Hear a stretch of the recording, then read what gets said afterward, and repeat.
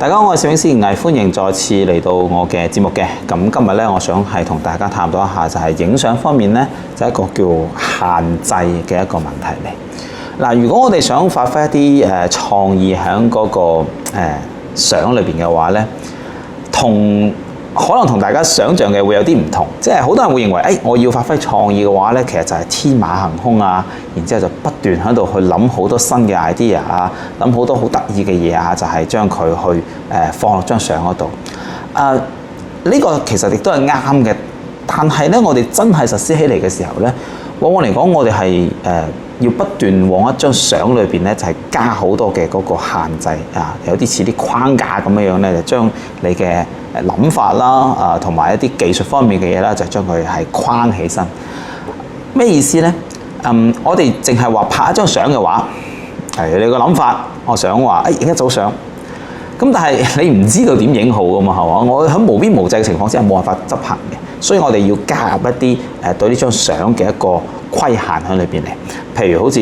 我哋係拍一個點樣嘅氛圍嘅相啊，我哋去邊度拍啊，着咩衫啊，揾咩 model 啊，咁拍攝嘅構圖啊、角度啊、鏡頭啊係點樣樣嘅，咁啊逐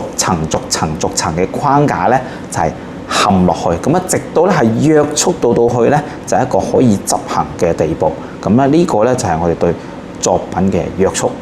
就好嘅創意咧，其實往往咧係嚟自於呢一種嘅限制啦、框架啦，一層一層咁樣樣去套落去，直到咧佢係變成一個作品去出現嘅。以我之前嗰陣時幫太太去拍啦，其實唔係叫幫太太去拍，係我有個諗法，然之後咧太太咧就係協助我去完成今次嗰個拍攝嘅。我係想拍一組就係好有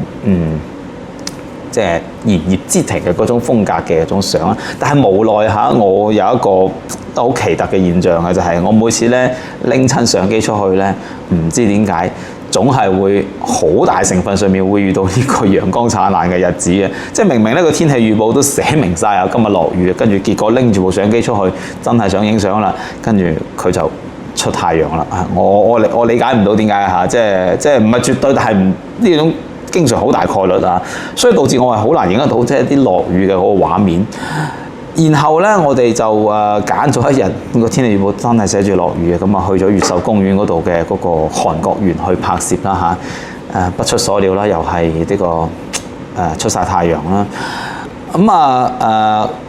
咁我想拍呢一個地方，於是咧就揀咗韓國園去進行拍攝啦。然後咧，我哋就再諗到底應該着咩衫啊？譬如好似個衫嘅色調係應該點樣去襯托出嗰種安靜嘅環境啊？然後咧再係揀咩角度啊、咩動作啊，去完成一次嘅拍攝咧，就慢慢去成形咗起身。當然啦，因為我哋拍嘅唔係好活潑，所以咧嗰啲所有嘅動作都要係偏一種好即係恬靜嘅嗰種感覺。